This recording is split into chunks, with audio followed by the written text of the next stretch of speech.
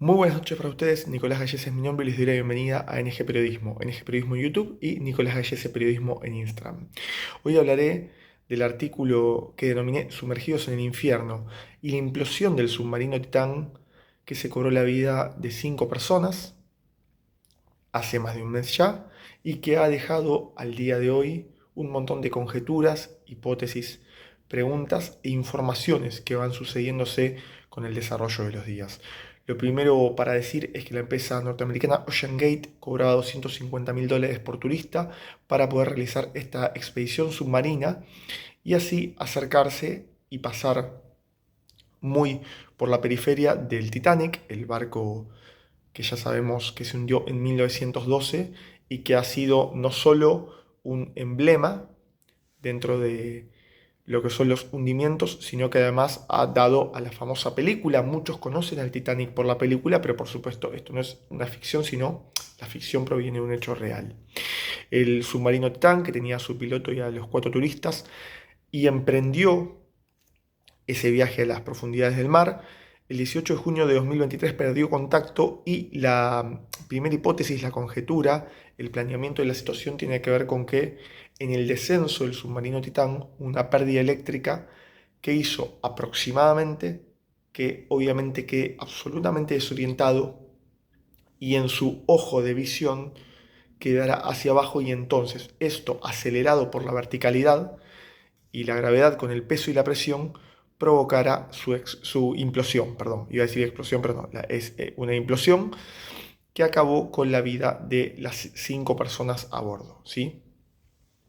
Lo que hay que explicar antes de las cuestiones técnicas es que esto sucedió en Terranova, en la costa de Terranova, que es una isla canadiense, esto se ubica en América del Norte, ¿sí?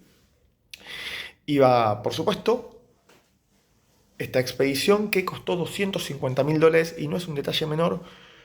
porque cuando empieza a desarrollarse la investigación y toda la información que sucede después sobre lo que finalmente aconteció con Titán, que iba camino a ver al Titán de cerca, se habla de informalmente aún muchas estadísticas con valores muy bajos y con una eficiencia muy baja sobre la cantidad de viajes que el Titán había hecho y la efectividad del mismo. Obviamente esta fatalidad entremezclada con un montón de errores lo que hizo fue poner en tela de juicio y en discusión si efectivamente se habían cumplido las normas de seguridad y si en consecuencia había habido no solo una cuestión de destino y de fatalidad, sino de fallas humanas, empresariales y en la logística y el desarrollo de la expedición que llevaron obviamente a la pérdida irreparable de estas 5 vidas humanas, ¿sí? La empresa americana OceanGate, fundada en el año 2009, hoy por hoy en lo que es su exposición virtual, de hecho en su página web, yo ingresé antes de revisar este artículo, en su página web ya figura fuera de lo que son las actividades de investigación y comerciales. Sucede que cuando el submarino Titán se sumergió, dentro de los plazos previstos, la empresa OceanGate tenía pensado un horario determinado, el cual se fue dilatando y al notar la pérdida de contacto, al día siguiente, el 19 de junio, comenzó un fuerte operativo de búsqueda que en los primeros momentos e incluso los días subsiguientes no dio resultado, hasta el 22 de junio. El 22 de junio es el día cuando esta búsqueda, esta operación internacional de búsqueda y el rescate, finalizada el 22 de junio, ¿sí? Es inmediatamente, pero no es tan inmediatamente a los 2 o 3 días, que se lo encuentra finalmente, el Titán, se encuentran restos de él con la desgraciada situación a 500 metros del arco del Titanic. Recordemos que el Titanic está hundido en su lápida a unos 4.000 metros, son 3.821 metros para ser exactos, y ese era el objetivo de este submarino, bajar hasta ver las profundidades del Titanic, ¿sí? Como les decía recién, OceanGate es una empresa norteamericana fundada en el año 2009, joven relativamente, que tiene esta desgracia en su haber y que en su página, así como en sus redes sociales, se muestra absolutamente inactiva o limitada, habiendo suspendido en lo comercial y lo que tiene que ver con los aspectos investigativos todo tipo de actividades. En, las búsquedas, las conjeturas, las hipótesis y en todo este análisis que se hace tiempo después hay cuestiones escalofriantes. Primero, es una pregunta que parte de la subjetividad y que lleva al análisis. ¿Cuán necesario era? Si bien, por supuesto, el dinero, los placeres y los pensamientos de cada uno son muy válidos, no parte este comentario o esta pregunta como un juicio de valor, pero realmente este viaje a la profundidad, que terminó siendo un viaje al infierno, ¿era necesario? Bueno, queda la respuesta que lamentablemente no va a llegar nunca de los tripulantes. Son exactos los 3.821 metros hasta la lápida del Titanic. Y otra pregunta que me surgió, que la destaqué en mi apunte, es cuántas normas de seguridad quedaron truncas. Y a partir de esto, obviamente, la irreparable pérdida de estas vidas me lleva después al interrogante. ¿Qué consecuencias legales y comerciales habrá prontamente a corto, mediano y largo plazo? Lo que sí queda es el profundo dolor y la conmoción, porque leí algunos comentarios que hablaban, obviamente que las personas opinan y todas las opiniones, siempre que sean con respeto, son válidas, pero de que cómo se podía generar tal escándalo mundial o tal conmoción si solo se habían perdido 5 vidas. El tema es cada vida que se pierde, de la forma en la que se pierde, con lo evitable de la situación y con el dolor, directo e indirecto, hacia las familias y hacia la comunidad. Y si esto era definitivamente evitable. Sabemos que, como titulé el artículo, Sumergidos en el infierno, el viaje a la profundidad conllevaba un cierto riesgo, con todas las cuestiones explicadas desde la matemática, desde la ciencia y desde todos los elementos propios del análisis y la radiografía de la situación,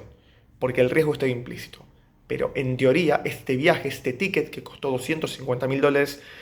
por turista, fue definitivamente el pasaje de la muerte. Y en la reciente, porque esto sucedió hace apenas más de un mes, en la reciente visualización o la proyección de la situación hay algo que me pareció desgarrador